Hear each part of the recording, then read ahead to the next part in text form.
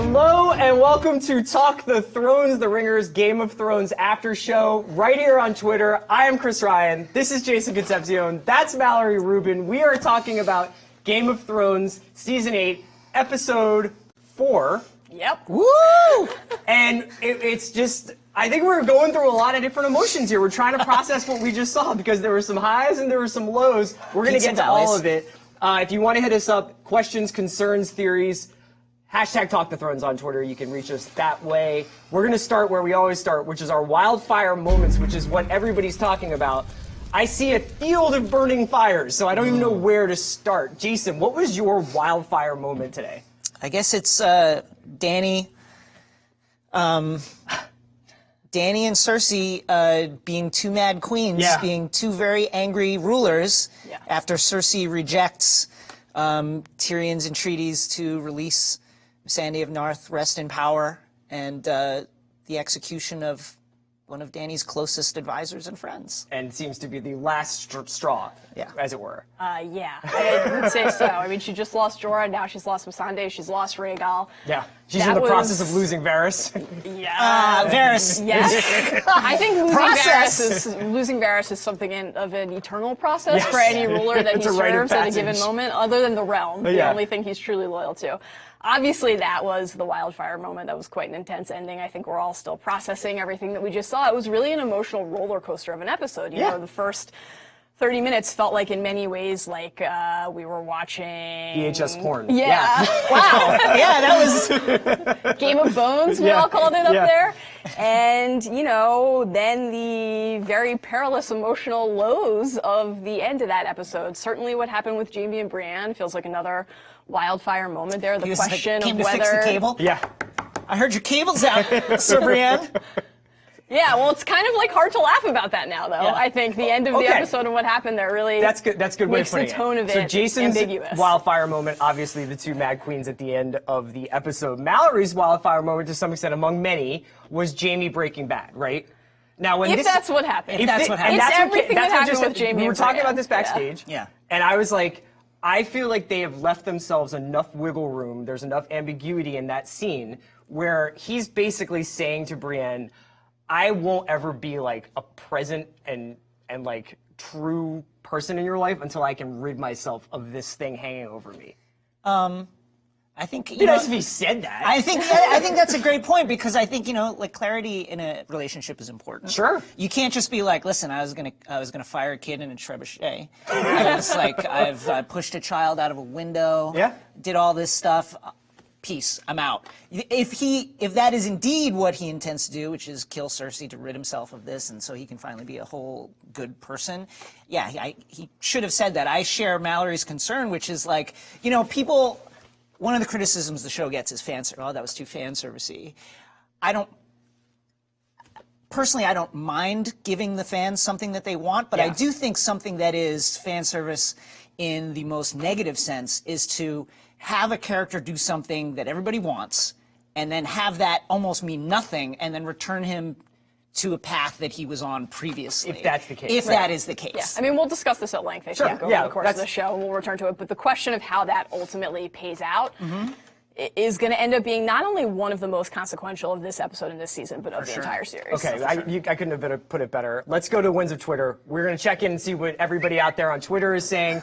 We have a Ringer staffer chiming in first, Alyssa Bearsneck. She says, I never knew how badly I wanted a chaotic, drunken, hookup-themed Game of Thrones episode until this very episode, until this very moment. So thank you to Alyssa. Also, Jamel Hill shouted out, a girl curved the mess out of Gendry, hashtag Game of Thrones. That was like, I completely forgot that actually happened. So I think that this is probably as good a time of any to get into Ravenscroll, because we have to kind of like take step by step what happened. Ravenscroll is where we go through the entire episode scene by scene. We break it down, and we're going to start at Winterfell, where, I don't know, I get nervous at dinner parties in Game of Thrones, but you gotta let the liquor flow. Once the liquor starts flowing. What about at mass funerals? I know, Do you get nervous at mass funerals? Yeah, well, that's what came first. Dany bid farewell to Jorah, Sansa to Theon.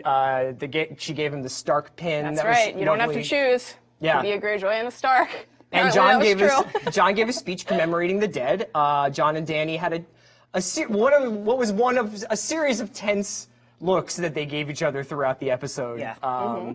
During the funeral. And then in the Great Hall, there's a relatively low-key feast until somebody hits like the 3-drink barrier, and it's just like, let's get wild Before here. we get to the drunken boning, I do just want to very quickly spend a second on that Dany Jorah moment. Because I think given where the episode ended and how the episode ended and we spent the first 3 episodes of this experience together and our mid-season show talking about how they seem to be setting up a Jon Dany rift and Dany Mad Queen arc. I think that is unquestionable at this point, right? We don't need to debate it. In case we didn't know, Tyrion and Varys are like, we're setting up a Mad Queen. She's big mad right now. But seeing Dany say goodbye to Jorah before she then loses Missandei, I mean, you could really make a case that Jorah and Missandei are Dany's only friends in the entire world, and always have been.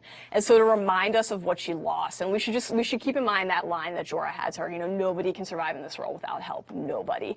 And I think that as we lean toward assessing the validity of what they're trying to do to Dany, we have to at least then look at the other side of it, which is when you say validity of what they're trying to do to Dany, what do you mean? Are Varys and Tyrion and other people justified in their concerns? And there's a lot of evidence, I think, that supports the fact that they are. But then the flip side is Dany has now lost almost everything in her life. 2 of her children, Missandei, Jorah, she started out in Essos with Viserys, beggars, on the run. All she's tried to do her entire life is get back to her birthright, and now that she has, every piece of it keeps falling away from her. I'll go in on Varys at length later, but I do think that, like, where have you been trying to, like, be on the side of angels this whole time? You had 1 line in every episode, my dude, and now all of a sudden talking huge game about I'm switching horses? Like, I don't know, that's like his thing, though, right? It is his thing, but it's like... As Tyrion points out to him. We can get to that moment in a little bit. In the Great Hall, there's a feast going on. Gendry and Hound have a funny conversation about Arya and what you're supposed to do after you escape the end of the world. Dany addresses Gendry and makes him the Lord of Storm's End, which is pretty significant, I think, although I don't know how much it's going to wind up mattering. What do you think? Is that, like, how important is that moment? It's pretty important. I mean, the Storm's End is a major castle, and there's historical precedent for this. Orys Baratheon, the founder of House Baratheon, was also a bastard brother to Aegon the Conqueror.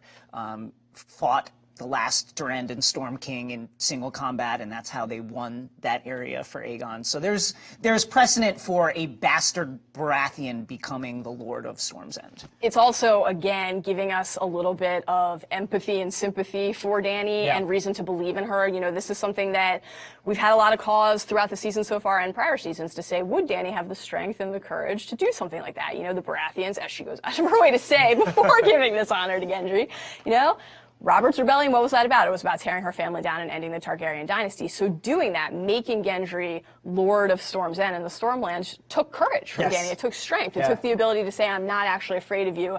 And not only that, I'm aware that other people think I'm afraid of all of these shadows lurking, waiting to take me down. I'm going to be bigger than that. She really did try. She really did try. And it's just at the point where it's impossible for her to I thought it was a fascinating episode to think about in terms of people trying to get free of the past. That line that Bran has where he's just like, you don't want to be me, I live in the past. And it's like, that's basically what's driving all of these people anyway, is not being able to forget what came before them, basically.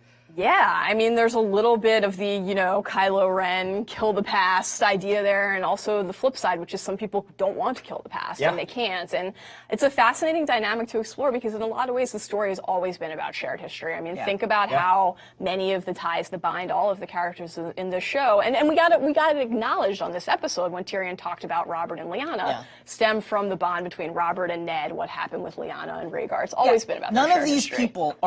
None of these people set out on the path that they are now on because of actions that they took. They're doing stuff because of the actions their ancestors and their families took years ago.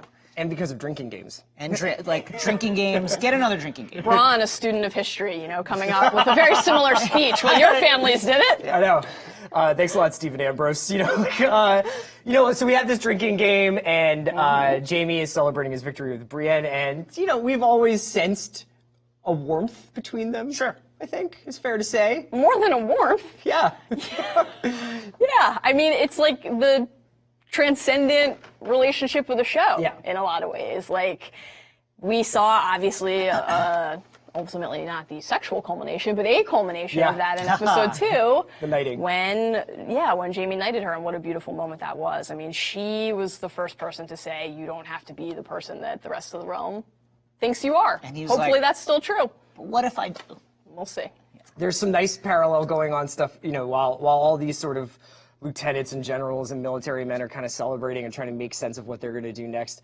I felt like that front table, or the dais kind of where Sansa, Jon, and Dany are sitting, there's just not a lot of warmth there. There's not a lot of camaraderie, and you've got these really pained looks of Jon being celebrated, and Dany acknowledges that later, where she's like, "I've seen that look," like, and kind of is like, "I crave that look a little bit." You know, she doesn't say that, but but she does. Yes. The thing that reminded me of, and this is not a good sign for Dany, was Viserys saying that to Jorah about Dany. You know, they've never given me what they gave to her in that room tonight. That is troubling. It's very troubling. Viserys is not the person you want to be reminding people of. Yeah.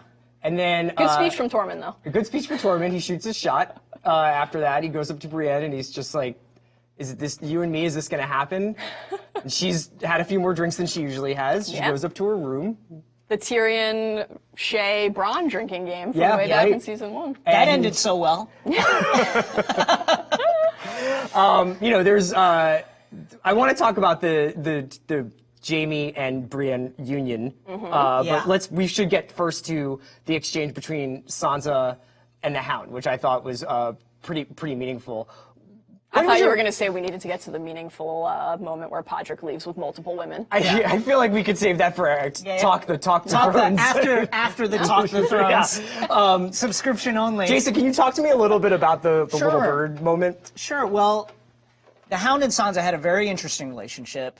Season 2, he found this different person inside of himself acting as her protector, essentially, and offered her the opportunity to just leave it all. Let's leave King's Landing, let's get out of here and do who knows what. And he's calling back to that moment now, saying, hey, you know, here you are, Lady of Winterfell, but had you taken me up on that offer, none of the stuff with Ramsay, etc., would have happened.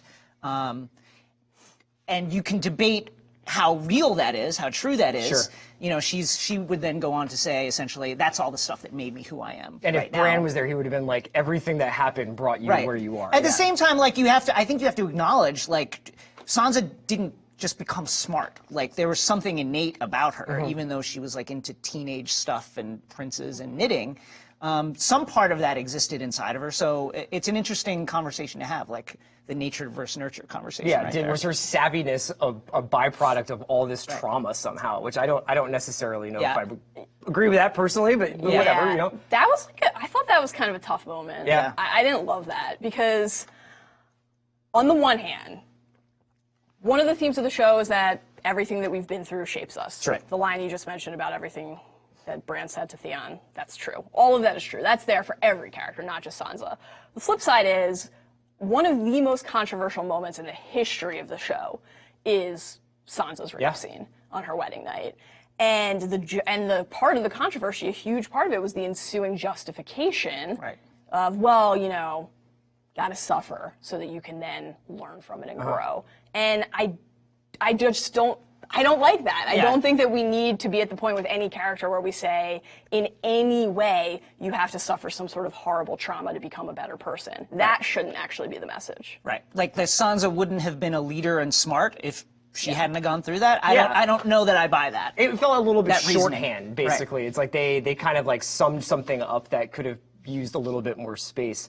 Meanwhile, elsewhere in Winterfell, we had a bunch of characters basically pairing off and sort of celebrating still being alive to some extent. You know, I thought we could. I mean, the Gendry. Let's talk about Gendry first. So, incredible.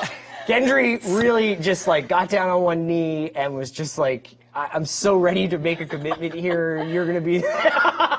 such a tough moment for my guy. And it was like. You know, what do we say to the god of death? Not today. Here's what we say to the god of death and the god of hooking up on the eve of a battle. wait a couple days before texting. Yeah. Like, yeah. let's not rush into stuff. Like, you're feeling things. Let's talk it out and not do anything wild. Yeah. And Gendry definitely went out doing something wild. I'd like to return to arguably one of my favorite moments in the history of the show, which is Gendry saying to Davos back on Dragonstone, "Yummy, never been with a woman." Really never felt that from Gendry more than we did in that moment. Like, has sex once, okay, for the 4th time, but really once, and then has to immediately propose marriage. Very tough for Gendry. From the Arya side, I loved it. Yeah. Absolutely loved it. I mean, it made sense from her. Completely understood what she. And then this was a real episode about destinies, and she just knows that her destiny is somewhere else. Yes, well, it called back to one of the iconic Arya scenes from season 1 when she's sitting on the steps with Ned in the Tower of the Hand, and they're talking about Bran initially and what Bran's injury means for his future, you know, and Arya asks if she'll be able to be Lord of a Holdfast one day, and Ned goes through the whole, what her life and what the life for any lady in Westeros is supposed to look like. You'll marry a High Lord and rule his castle, and your sons shall be knights and princes and lords. And that's just what Gendry offered her. And she said to Ned, "No, that's not me." She said the exact same thing to Gendry. She knows herself. I love it. Rock on, Arya! For as chilly as it was in the archery stable or wherever they were, it was getting wild hot up in Brienne's quarters. That real like, Oh my God. metal knock on the door. And it's very distinguished. You can distinguish you know that. it. You know it when the it's metal like- hand when you hear it on the door. And I was also like, huh. She got her armor off, like, already. Yeah. And I was like, that's weird. And then I was like, this is happening. It's gonna happen. I've seen you get very excited about a lot of stuff on this show and get very sad and very happy, and I've never seen you run in place. I lost control. I'm not sure I've ever been that excited watching Game of Thrones. I nearly lost my mind. I accidentally closed and unplugged my computer and knocked my water bottle across the room, none of which I intended to And that was without anything. That was a cutaway. We didn't even get the act. I felt cheated. Cheated. The entire episode should have been the two of them in bed. I wanted to see absolutely every single the bottom second of of Brienne's it. feet So on the ceiling. Can I just say this, though, in all seriousness? That kind of being relationship, serious, which too. I think people have been thinking about or waiting for, or very curious about the dynamics of how that would play out if they were to get together, is something that, given the speed with which we are moving towards the finale, towards the end of this series, I think it's something that gets a little bit short shift. You know what I mean? Like, I think that it's like, it was a really cool moment, but it also, if you balance that with what happens after that. Yeah, I mean, that's the thing. You would love to have, like, just like 3-4 more minutes of, like, dialogue between the two of them to understand a little bit more about what's going on there. I mean, that's the thing, is what did it mean? Yeah. You know, my point about fan service, I think, holds until we find out, like, what becomes of all this. But it just would be, here's an event that we wanted for so long, that these characters have been leading up to for so long. You know, Brienne is really the only person who knows Jaime in that way, as the hero, as the knight, and now he's really turned away from all the kind of negative things he's done in the past. And all of a sudden, she's helped him do that. And she's helped him do that, and then he's just going to stand her up in her bathrobe, like in the yard of Winterfell. Let's see how it shakes out, but that was wild. Yeah, so apparently on the inside the episode, Benioff has a quote that says, "As much as Jaime cares for Brienne and admires and loves her, he has almost an addiction to Cersei. He just can't break." So that doesn't bode well. I mean, again, they're not going to spoil the next couple episodes Sure. of the inside the episode, but for what that's worth, I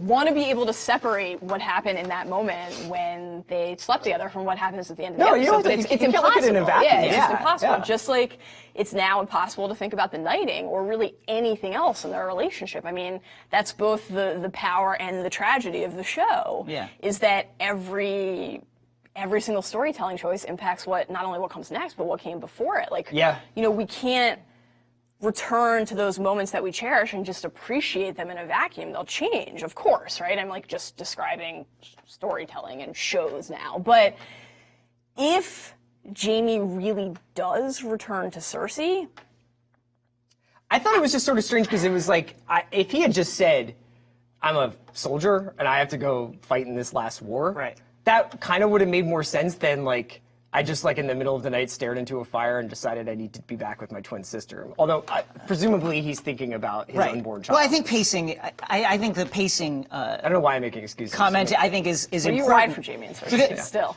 The thing that makes Jaime's arc so powerful is it unfolded over such a long period of time. You know, and so the things that you find him doing in seasons 6, 7, though if you were to match them up with the things he did in season 1, you'd be like, oh my God. It makes sense because they evolved over time. And this, because of, you know, like we've 2 episodes left, it's like, it just feels like a wild swing. Again, I really I'm trying to remain disciplined, and I'm gonna be patient. I'm gonna see how the next 2 episodes play out. Absolutely. I think that there's a chance we'll look back at this episode if things shake a certain way and realize that this was the moment where the show told us it was actually not about the fact that people can change, and that it was about the opposite. Right. Well, then like this nature next scene is what exactly about that, right? Because I think that Dany and Jon, in Jon's quarters where he's like a little wobbly drunk, but they immediately... That's funny. Are you drunk? Just like, I'm good, and then they get right into the conversation about, like, what are we going to do now? And it's actually quite a nice moment, or a really moving moment, where she's like, I never beg. Right. And I am begging you not to tell anyone about this. And I think he has, for as much terror as he has seen in his life, is like, I still believe in, I guess, Sansa's ability to keep a secret. You know, essentially, is what it boils down to. P.S. They were never close. But he believes in the idea of, more so, Tyrion's always saying, Dany wants to make a better world. Dany believes in a better world. Jon actually does seem to have, like, this weird sees the good in people thing. It's also like the perfect, this is what he wants. He doesn't want to rule. Right. It's kind of the perfect setup for him. He gets to be, you know, a hero, and not have anything to do with running the realm, which is not what he wants to do, and gets to be with the woman he loves. So from a certain perspective, this is the ideal situation for him. Like, this is kind of what he wants. 2 quotes I want to return to quickly here. One is from Jon at the Dragon Pit in the season 7 finale, when basically every single person was like, my guy, can't you give lying a try? Right. And he said, I'm not going to swear an oath I can't uphold. Talk about my father if you want. This, of course, was before he knew that Ned had kept a secret from him his entire life in order to protect some sort of greater good. Yeah. Tell me that's the attitude that got him killed. It is. But when enough people make false promises, words stop meaning anything. Then there are no more answers, only better and better lies. And lies won't help us in this fight. This is how Jon is. This is what he believes. It always has been who he is. And the thing is, if Dany knew him, she would know that. So when she says that she's in love with him, they say they're in love with each other. They don't know each other at all. And this is an episode that reminded us of that keenly. Everybody around them knows them better than they know each other. Also, the line from last episode that we talked about a lot at the time, Sansa in the crypts. It's the truth. It's the most heroic thing we can do now. Look the truth in the face. That's what all of these characters have to start doing. And maybe in a case like Jaime's, it's the truth of who he really is. And who he's been trying to prove he can be better from and different than. And maybe he isn't. But for Jon, it's definitely the truth of who he is. And it's the truth of who Dany is, too. So this immediately sets up what is going to define the rest of the episode until we get back to King's Landing, which is essentially this tension between Dany and the Starks and the secret that kind of lies in between them. There's a conversation about how to properly take King's Landing. Dany is back on her, like, light it up tip, and they convince her to basically, you know, start a siege and starve King's Landing into rebellion, essentially. That's accepted, although you can start to see the fissures there. You can start to see the cracks. And then in the next scene, in the Godswood, we get we get the reveal. We get the secrets reveal. Although we did not get to see their reactions to that situation. Although pretty much immediately, Arya left, and Sansa told Tyrion. I would just like to return to the siege plan for a second, because the idea is, hey, if we storm King's Landing by fire and sword, thousands will die. Here's the better idea. We starve the people into submission until they do it themselves. Thousands die fighting, they fight the Lannisters, thousands will still die, but we didn't do it, and that's better? But I mean, we can argue that, but like a physical manifestation of the stuff that Jon's talking about, where he's like, I can't live a lie. It's like, we can't just burn these people and then be like, we're the rightful kings, and also we're good rulers. Like, we want to break the wheel. Right. Well, I think we're at the point where we have to say that maybe that advice is just wrong and bad, and that if Jason's been saying this for quite some time, and I opposed you every step of the way, but that if Dany had just taken Drogon and burned the Red Keep, everybody would be in a much better place right now. Yeah. And she wanted to do it. This is when we talk later about what was Missandei's final message to Dany, which was Dracarys. Burn unambiguous. Yes, very clear. Yeah. We have to think back through Dany's arc and the kind of advice she's gotten from her advisors all around them, and when she's chosen to listen to it and when she hasn't. And she got to the point where everyone kept saying to her, including Jon on Dragonstone, don't do this, don't do it. Slow down, slow down, She said, slow I down. don't want to be Queen of the Ashes. It's not what I want. But her instinct, it's an instinct that might lead her to be the Mad Queen, but in this case it could have led her to just be more efficient here. Her instinct was to do that. They talked her out of it. I was confounded by the army count here. The number of troops that Dany and Jon have left, because I guess that means they just don't have to spend time calling in reinforcements. You know, bringing Yara and anybody who's with her in the Iron Islands out for reinforcements, calling Dario in from Marine with the Second Sons, all the people who went through. The Dornish princes. Dorne was ready to swear to them, apparently. Yeah. Those spearmen still sitting there waiting for the boats. I mean, we are right back into the season 7 jetpacking. We got from Winterfell to the edge of Dragonstone and then King's Landing in one episode, with the explanation for that being we don't have to spend the time to rehabilitate our forces. Now, Sansa, of course, was the voice of reason. People need to rest. And we saw how true that was for Rhaegal, because when Drogon and Rhaegal were flying, back when they were still at Winterfell, Rhaegal could not fly. We saw the cost of that later. Well, I look forward to discussing that at length. Lateral movement at the Combine. It's like Rickon. It's the opposite of Rickon, actually. It was just sort of topsy-turvy. So anyway, you know, they should not have moved that quickly. Yes. Is the point. But because they apparently had the troops that enabled them to, they did. We had a couple of smaller moments. Well, not even small, but Bronn shows up with the crossbow, and it's like, I think a moment. That was wild. Bronn just, like, walks into a room?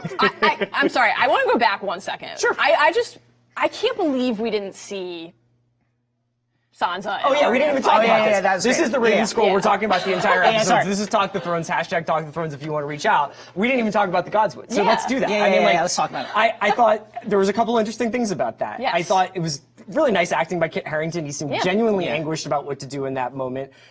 Jon is nothing if not tortured. As soon as he makes them swear, I'm like, dude, I need you to swear. Wait. What? Like, by what way are you enforcing this swear? Hold on. Real missed opportunity to not have him say, promise me. Yeah, that was. Come on. Yeah, I know. And then Lyanna, the truth of who Jon is. Especially considering how many callbacks were in this episode specifically. Yes. The drinking Promise game. me. Ned's able to keep that secret his entire life. Sansa's able to keep it for about 22 minutes. And the funniest thing about it, to me, honestly, was that he was just like, okay. Go ahead, Bran. Yeah, I'm ready to play poker with all of these people. Because when you want to get bad news, get Bran Stark to deliver it. Because he's just got the touch, you know? I mean, it's just like... He'll be efficient, if nothing else. So, yeah, any other notes on the Godswood moment, other than the fact that we didn't get to see Arya and Sansa's reaction? I don't want to be hyperbolic. Like, the truth of Jon's parentage is the single most important thing in the entire story.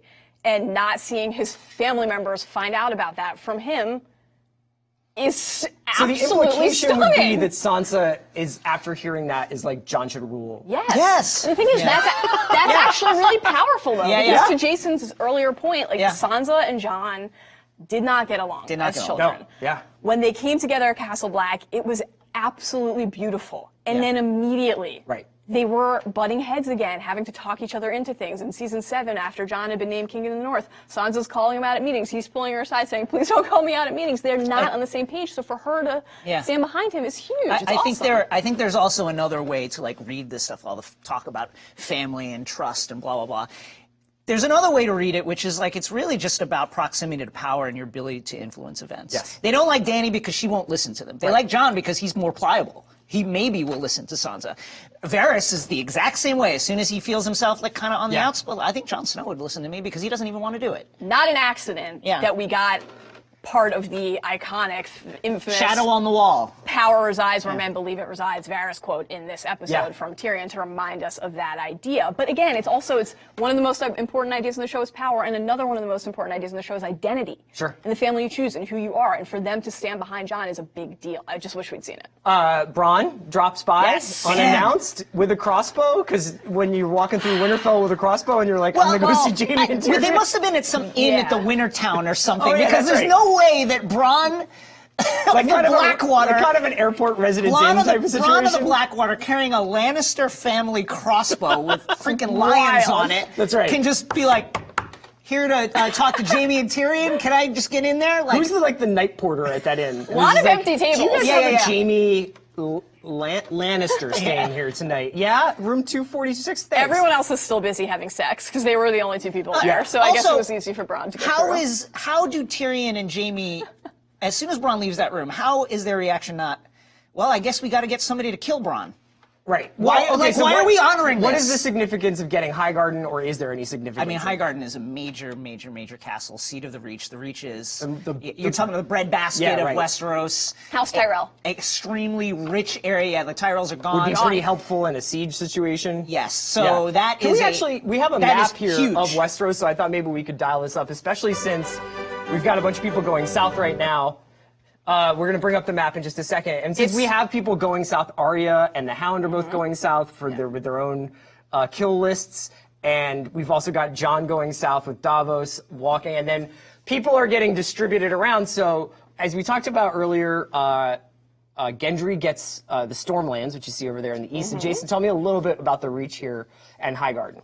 The Reach, you can think about it like the south of France, extremely fertile area. I love the south of France. Wines, wheat, all that kind of stuff. And it's the breadbasket. During the War of the Five Kings, it was the Reach that was supplying King's Landing with all the food. Right. As the Queen of Thorns never tired of telling Tywin and Cersei. Right, and crucial then to either Cersei or Dany's defense or attack of King's Landing. Extremely important to control that area because you can starve out the capital quite easily if you control the Reach. Highgarden also, remember, Bronn literally asked Jaime for it. He's like, I'll take that one. Right. This is after they defeated the Tyrells and Olenna before Loot Train, and Jaime's like, no. I mean, it's basically, it is essentially being like, I would like Paris. Yeah.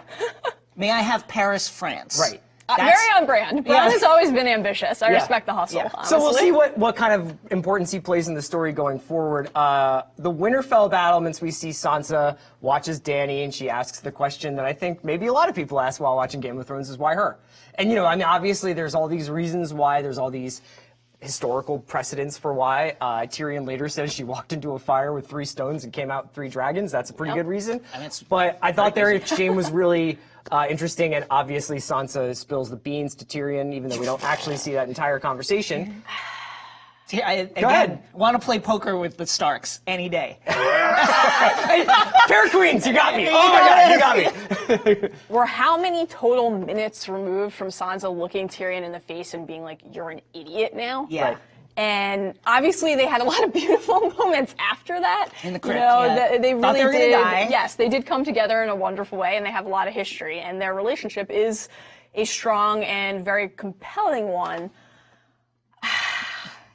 What has Tyrion done in recent seasons to show that he can be trusted with that information? Well, she may not have said to him, please keep this secret. Exactly. Right. Yeah. She might have been like, we need to use this immediately. But why? I would love it if that were the case, because what have they built up Sansa as being like over the past few But seasons? she herself is on the record to him directly saying, you're mishandling things. Your judgment is off. The way that you're going about this stuff is off. That's why I would have appreciated more of a plotting thing from Sansa. Like, she just gives it up, again, to a person who she doesn't trust. But Sansa... She trusts him, but she doesn't trust his judgment. It's out of her hands now. Right. She's taken the information and it's out of her hands. Sansa, one thing One thing we know about her, and it's to her immense credit, she likes being in control because she's had enough experiences that have taught her that if she isn't in control, terrible things happen. Yes. Well, now that that information is in Tyrion's hands, it's not in hers. Yeah, where is the plotting? Like, what is the actual move? Well, she's like, I'm just going to tell Tyrion. I'm going to tell Tyrion, and I want Tyrion to say, what's hey, the let's turn follow-up? around. What's the follow-up? What's the second says action? It. It's not a secret anymore. It's information. I don't mean to put you guys on the spot, but who are the 8? It's obviously Bran and Jon and Sam. Yes. Tyrion, Varys, Sansa, Arya. Who's the 8th? Jon, Dany, Sansa, Tyrion, Arya, Bran, Varys, Sam. Okay, so those are the people who know Jon's true parentage. And again, Gilly written out. Gilly again! Justice for Gilly! Prince Rhaega. Well, that takes us to senior day where information. everybody is signing each other's yearbooks and then leaving Winterfell. But I wanted to bring up this moment. This is the Raven Scroll. We're going through the episode scene by scene here on Talk the Thrones. # Talk the Thrones. If you want to hit us up. Mal. Yes. The Tormund-Jon exchange seemed like not a nicely written, but like essentially like character write-off moment, right? But you saw something a little bit more profound in that exchange. So, I'm going to see if I can get through this without absolutely losing my mind here. There are 2 things I want to discuss. One is what I think is very important foreshadowing. Before we get there, I would like to talk about the dog. He's not a dog, he's a direwolf. I know. You're as bad as Jon.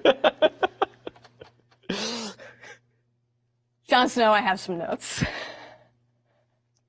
And it says, I'm going to kill you with my bare hands! What are you doing? Ghost is your direwolf. That's a sacred bond. You're a warg, my guy. You have a fabled beast of war, a trusty companion who will never leave your side. And you send him off? You send him off. You can't even pet him goodbye?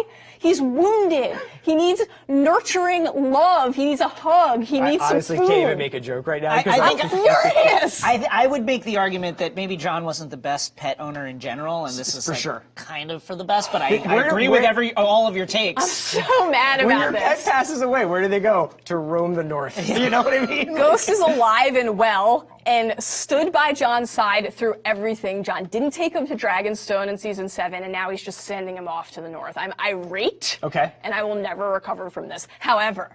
Okay. Much like I'm holding out hope that Jaime's arc is going to end the way I want it to, I think that there's a chance that Jon and Ghost will be together again, because I think that what happened here is a mission statement for the end of the series for Jon. So here's what we got. Jon says that's where he belongs. Let me find the beginning of this. Okay, Tormund says this is the north, you know. The free folk, or Jon says the free folk are welcome to stay. Tormund says it isn't home, we need to wander, on and on and on. Okay. Jon tells him to take Ghost with him. That's where he belongs to. A direwolf has no place in the south. Will you take him with you? He'll be happier up there. And Tormund says, so would you. Okay. Jon says, I wish I was going with you. Notable. Right after Sansa this is farewell then. My brothers men from my family don't do well in the capital. Yeah. This is farewell then. And Tormund says, you never know. You've got the north in you, the real north. And that is true. Because just like Jon, we keep returning to that, but just like Jon told Theon, you don't have to choose. You're not just one thing. You can be both of them. And Jon is of the north. The one thing that he's always said, always, is I'm fighting for the north, for the north. That's who he is. When he's telling Dany that he doesn't want the Iron Throne, that's true. So I think there's a chance that after the now inevitable battle with Cersei and then ensuing inevitable showdown between Jon and Dany, that Jon heads back north, not takes the throne. I think he heads back north and perhaps either tries to rebuild the Night's Watch. What a great, perhaps cushy government job, considering there's no threat left. I like it a lot. I cannot think of anything I'd rather do less after like 7 wars and dying once is like a lifetime of hard manual labor in winter. Is there no threat left, though? Because there was a very interesting comment from the showrunners this week about how they're not going to say whether the White Walker threat is really gone forever. If that comes back into play at some point in the story, we've talked a lot about the idea of cycles and balance. Does somebody need to fulfill that role of the Night King? If that comes into play, I think Jon is a prime candidate to offer himself up, to sacrifice himself in some way. Yeah. Then maybe he'll make his way back north. By the way, apparently everybody knows about his resurrection now because they were just and everybody's just like, man, he came back to life. Yeah. That was wild. Well, I always like the way that information gets passed around on this show. Yeah. I thought it was, that comes up at the banquet. Nobody really is like, can you guys run me through that for a second? Because I didn't know about that. But then the same way, when they're talking in the when they're strategizing at one point after that big dinner, I can't remember who says it to Dany, but is like, well, we just have to let everybody know that you defeated the army of the dead, so they'll be really grateful. And Dany's like, Cersei will make them not believe it. Yeah. So Cersei will basically run a misinformation campaign about this.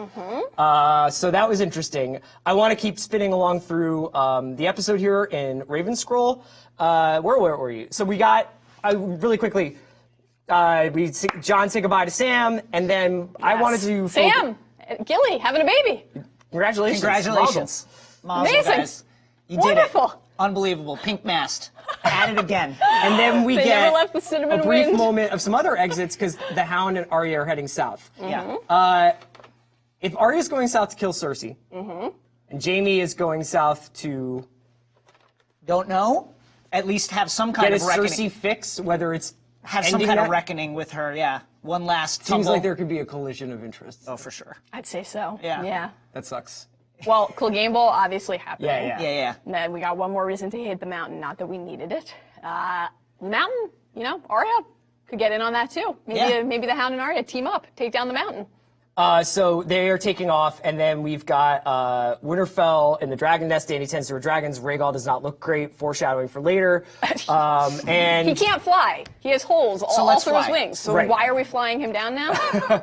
and now we're at sea. None of these people should have animals. The plan is some people are going to ride down south. Some people are going to take a boat down south. That's what you want to do, by the way, is if you have lost half your forces already in a great battle, Split 'em up. you want to split them up again. Boats. That's The boats have definitely been what you going wanna great. do. Let's use the boats again. The good thing, though, the good thing is that Dragonstone, their destination, nowhere near King's Landing or the enemy forces, so it'll be fine. Oh, wait, it's right near King's Landing. Why are they separating their troops? So there's two things we want to do here. Obviously, there's the Tyrion and Varys discussion, which I think we've pretty much covered a little bit. But if you guys had any other notes, they do this conversation Yes. twice, I mean, essentially. They do. I just again to reiterate, Varys.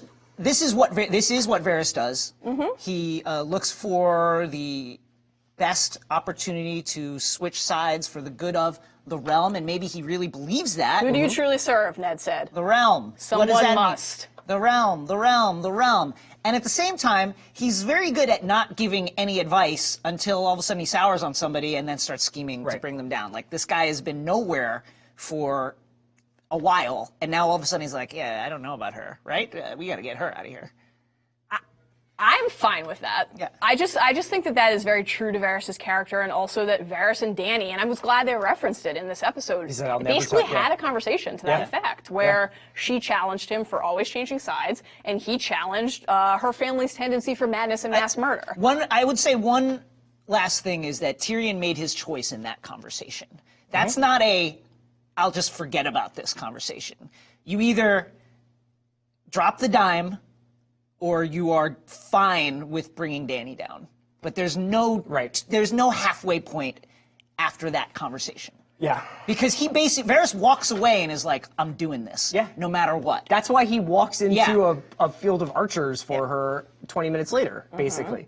All right, let's talk about the thing that obviously is going to be one of the major talking points for the next two episodes because it significantly reduces Dany's chances of winning, which is that she's down another dragon.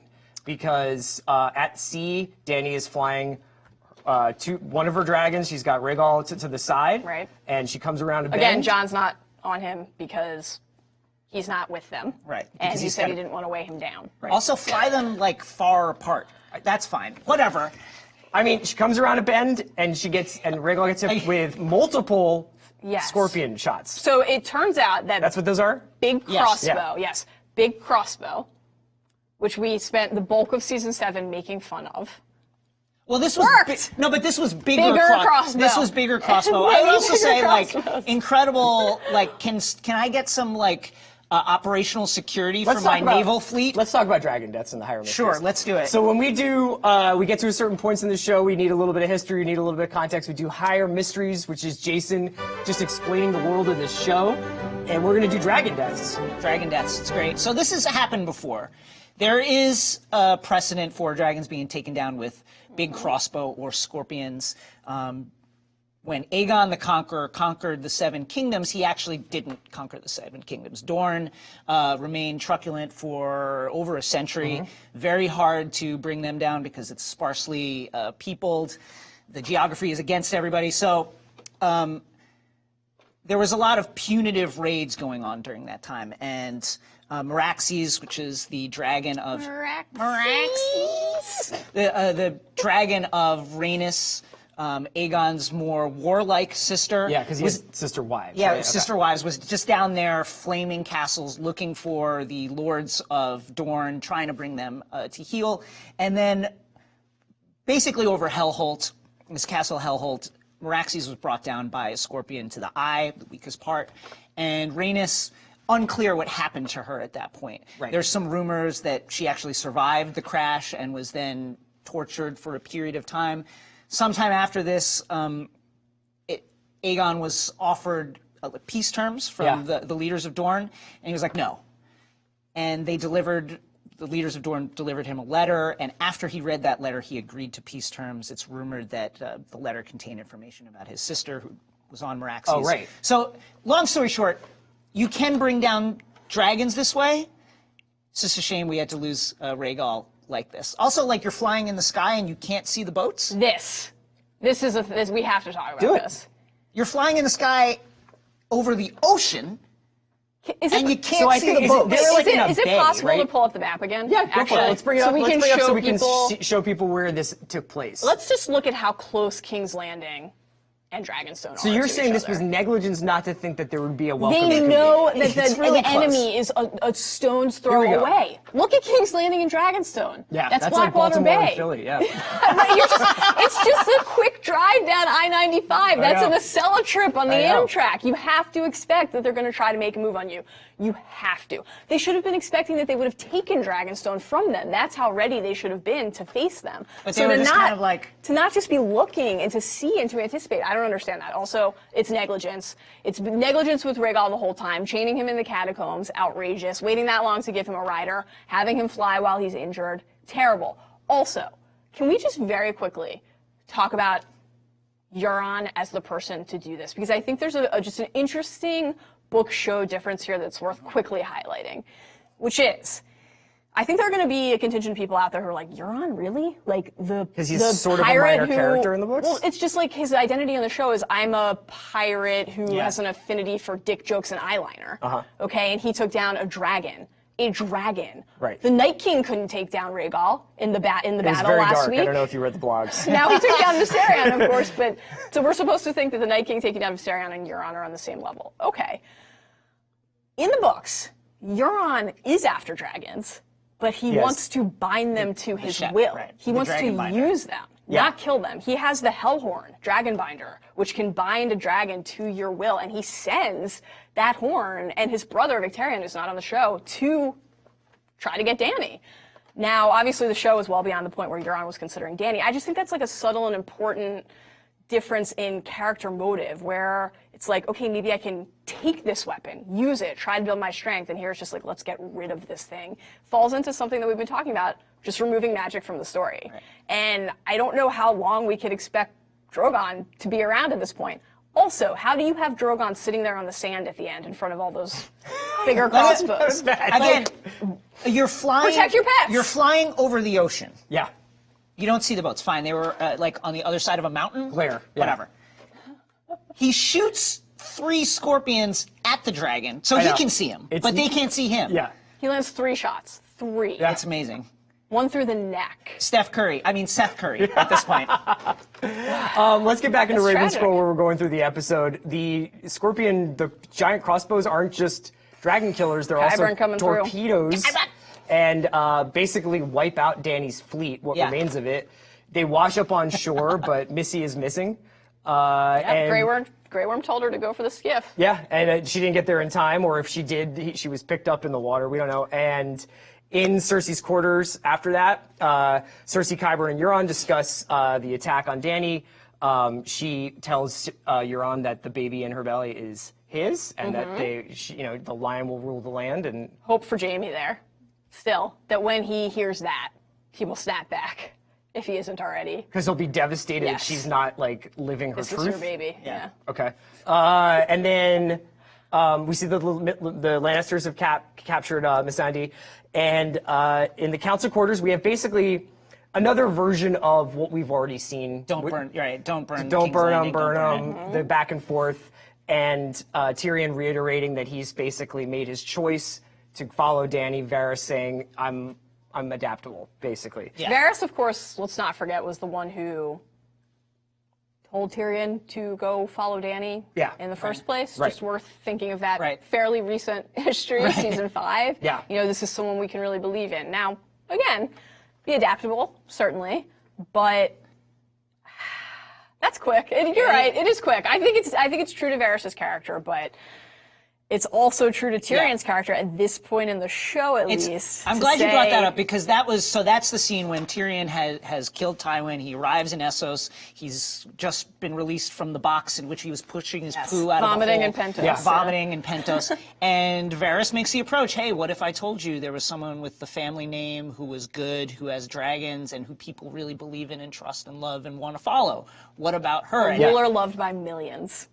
And now he's just like... Right. So we got that moment. Then we get the Jaime Brienne goodbye, which we talked about, wildfire moments. I want to get to the gates, though. Yeah, let's get to the gates. I'll never be finished talking about Jaime. Well, we can get to that later in this Talk the Thrones episode. It's # Talk the Thrones if you want to reach out. But I want to talk about what happens at the gates, because we get an interaction between Qyburn and Tyrion. It's quite evident immediately that Missy is not making it through this interaction. That is correct. Look, I think that this is really interesting, because a lot of what we're getting into in this season, and to some extent in 7, is sometimes how, which is a problem, and sometimes why, which is a problem. And I guess I'm kind of mixed about the end for this character, because I feel like we could have arrived at the same place without it. It obviously has parallels to the beheading that started all of this stuff in the beginning of this series, so that there was interesting visual cues there. That's a good point. But I'm just trying to kind of like make my way through it. I don't really know where we're at. Obviously, Missandei is like saying Dracarys. She is like the choice that you've wanted to make this entire time is the right choice, and I will die for that. Yes, it was a message to Dany, and it was an absolutely unambiguous one. And, you know, I found myself thinking back to a moment from season 5 after, you know, Jorah's out of the picture at that point in the story. Barristan has been killed, Grey Worm has been wounded, and Dany turns to Missandei and asks her, what do you think? What should I do? And part of that is because she doesn't know who to turn to, and part of it is because she really was one of the people that she trusted most of all. And Missandei's message to her was, you know, I've seen you listen to your counselors sometimes. I've seen moments where you, like, lean on their experience because you know in that moment that you don't have enough of your own. And I've seen you ignore your counselors because that was a better choice, one that only you could see. Well, we're right back there. Yeah. We're right back there. And Dany's going to be thinking back to that moment, too, and wondering if she should have been doing more of that the entire way. And the thing is, again, Missy, Jorah, they weren't giving the same advice, but they were giving advice that Dany believed in and trusted. Missandei's advice was be who you are. Jorah's advice was remember that who you are is a good person. You have a gentle heart. You know, your people, they don't have the strength. You have to be their strength. Both of those voices are gone now. So what's in her head? I have to say, again, like, I agree with the thing that this is Varys' character, but like her advisors have been awful, and now they have doubts because like she's basically done everything they wanted her to do. Don't burn King's Landing, don't be the Queen of the Ashes, let's go north, let's do all this stuff. And now it's like she's freaking out because none of this stuff has worked out, and they're like, did we choose the wrong one? Yeah. This is on them. Right. This is on Tyrion, it's on Varys, it's on all of them, too. All right. Well, we can keep discussing this. Yeah. I'm sure we'll be discussing it next episode as well. Let's get into, you know, when we lose a character, we like to eulogize them. We like to send them off the right way. So let's go to this week's version of In Memoriam.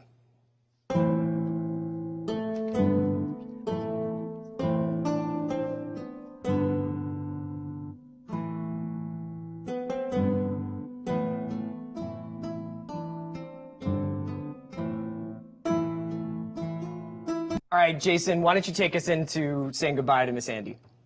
Missandei of Noth. We first met you in season 3 in Astapor, where you were a translator in the service of Crazy Kraz Monaclaws. Crispy Kraz. Crispy Kraz, we call him now. What a card he was. I got cut up. Yeah. Really tough guy. When Daenerys freed the Unsullied, she freed you as well, and you became one of her most trusted friends and advisors.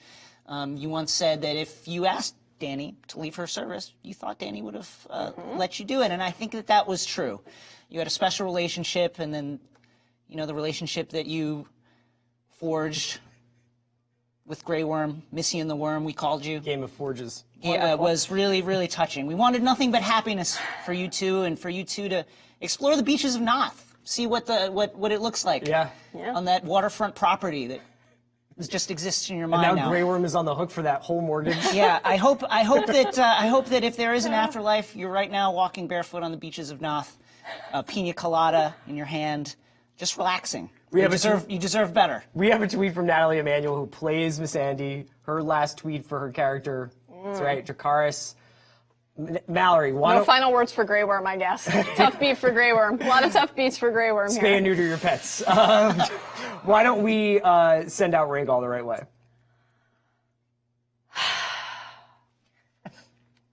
Rhaegal. My beautiful boy, my sweet baby boy.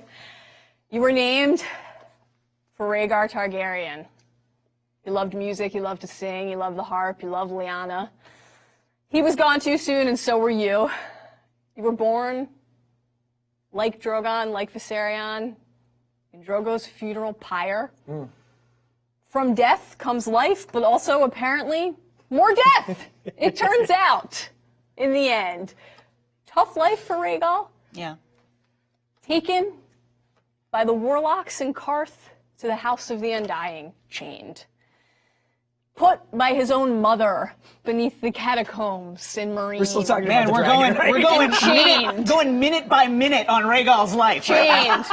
Just saying, one of the titles is Breaker of Chains, and yet he was chained.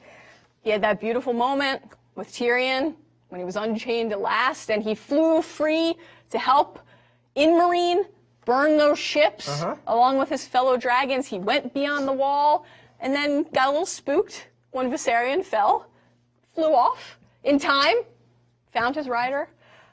Wish he'd found his rider sooner. Wish he and Jon had had more time together. Again, I think the fact that now Jon's dragon is out of the picture, more proof that Jon will end up back in the north at the end here.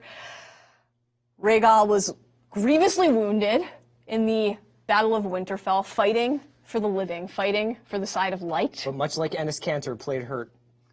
Tucked the arm into the jersey and flew too soon, it turned out, and it was a tragic end, and Rhaegal is a better character than Euron, and I wish that Rhaegal had killed Euron instead. R.I.P. my guy. Let's get into a couple of... we have these like little things that we like to do where we read the episode in different ways from different perspectives. You know, I know that Twitter's been crying out for Filmmakers Corner. Oh, they love it. They love it, Chris. I mean, it's kind of... I can't even look at my...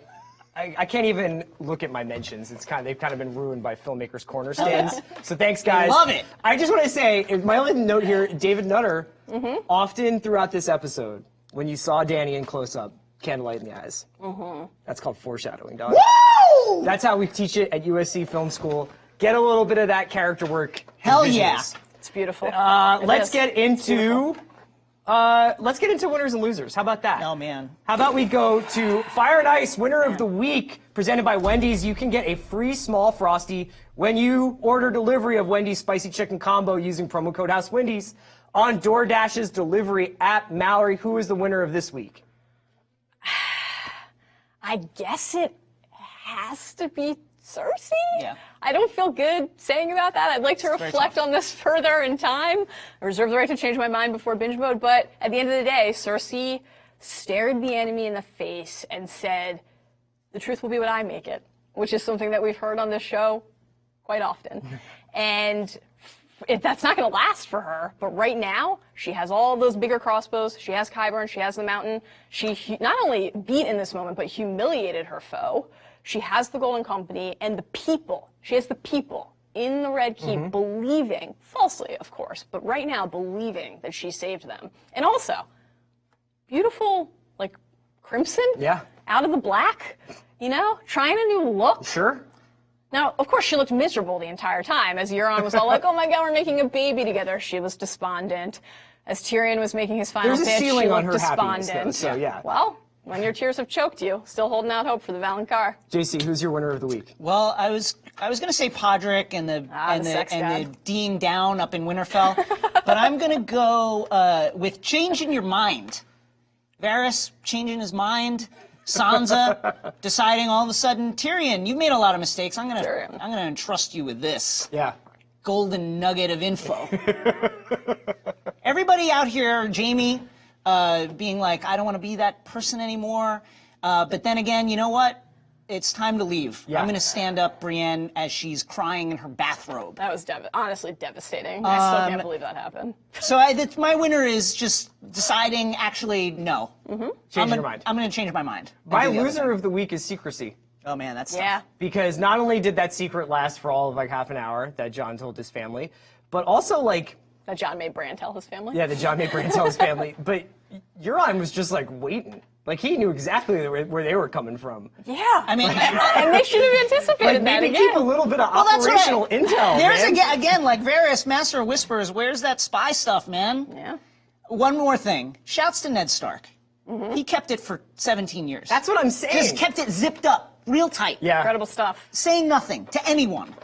Let's go to the small council where we get some questions from Twitter. And we got one this week, and it comes from Katie Nolan. How about that? Oh. At Ringer. Are we supposed to make anything of the fact that Jon didn't ask Sam or Gilly to keep his secret in their goodbye talk?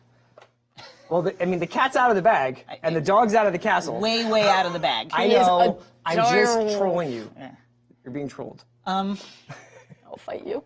And Jon? Yeah, I think Sam and Gilly are they're going to be tied up in their chambers for the next few months. With the sex? With the sex. Just not speaking to people. So I think that's, I don't know if we're going to go to Winterfell until probably the end of this series. I absolutely adore Jon. Yeah.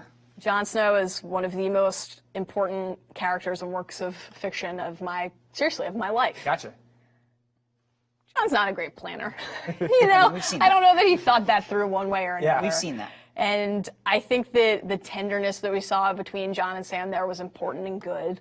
And Jon remembering who his friends are is important and good. And probably also not having Sam there to push Jon as far as Dany is concerned is actually strange. And I thought that would happen. I thought that he would be there again to reinforce this is someone that you need to eliminate, not support. Yeah. All right. Well, we've covered this week from pretty much every conceivable angle. So let's talk about next week with Three-Eyed Raven. Ooh. Drop the sunglasses on the bird. Let's look into the future and talk about predictions for next week. Obviously, Sapochnik back. Yes. And Miguel Sapochnik, who directed the episode, the previous episode, The Long Night. This episode, we found out over the course of doing this show, was called The Last of the Starks. And so the next episode, ominous. I know. I don't know what the next episode is called, obviously, but Sapochnik had wanted to do 3, 4, and 5. He wanted to do episode 3, 4, and 5 because he felt like they were beginning, middle, and end in and of themselves. So I would imagine some endings happen in 5, since that was what he was alluding to. And if Sapochnik's involved, we're going to see a lot of carnage. Oh yeah, we're getting another battle. Yeah, I think so. Obvious prediction. This is not amazing. This is an obvious one, but sell your real estate in King's Landing. Sell it. Buy it. Buy it by the block, but sell the individual Seize margin apartments. call once. Yeah. We're going to get a battle in King's Landing, and it's going to be carnage. I think that we're getting the battle, the full battle, and I think that we're also going to see Dany fly Drogon and burn down the Red Keep. Okay, because that was I think both things are going to happen because that's one of the only visions that we haven't seen come to fruition.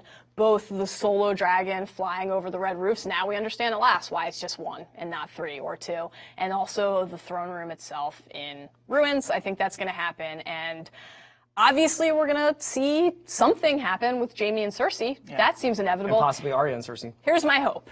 I'm going to go so far as to call it a prediction because I'm candidly just not ready, and I'm okay admitting that I'm just not emotionally ready to grapple with this being where Jaime's arc goes. So this is what I hope happens instead. He's going to go there. He's going to learn about the baby. He's going to kill Euron. Learn about the baby like she's passing off my child. Right. As this a real Maury moment to end Game of Thrones. Right. Okay. And that ultimately he will stay true to the man that he has become and not the man that he always was. However, I can't shake something that Olenna said to him in that final scene that she had, the mic drop, to tell Cersei I want her to know it was me. The other thing that she said in that moment was, you love her, you really do, you poor fool, she'll be the end of you. And I think we have to start asking ourselves if that's true.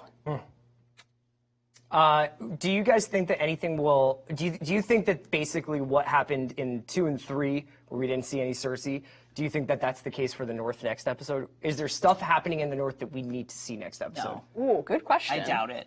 I personally doubt it. I'd be surprised if we were up there. Yeah. But... I think we'll go back there when Jon goes back there, and that's not going to be till the end. Fair enough. Okay. Only 2 episodes left. I was curious. That's why I was wondering. Yeah. Okay. That brings us to the end of Talk of the Thrones. Thank you guys so much for watching tonight. It was a complicated episode. We can't wait for next week, which promises to be one of the most epic in the series history. Until next week, for Jason, for Mal, I'm Chris. Dracarys. Lord, please not until the lights are off.